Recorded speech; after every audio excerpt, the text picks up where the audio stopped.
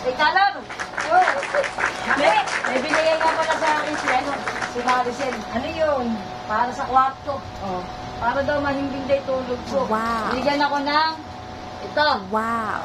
Eh, sabi daw, ano lang, napilutin lang daw. Tapos habang nasa kwarto, lagay ko daw.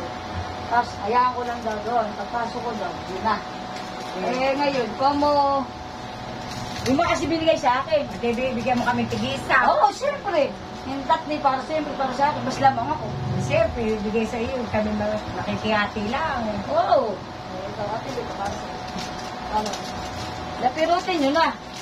Yung matigas na matigas, yung... Wala na nga gigil-gigil. Parang ano ba? Ito. Binigay na sa akin. Bitawan na.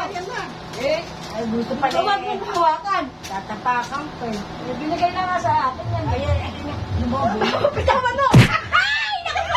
Nakasumama! Ayan, napitawan ko na! Oh, binigay na. Ay, kasama ko!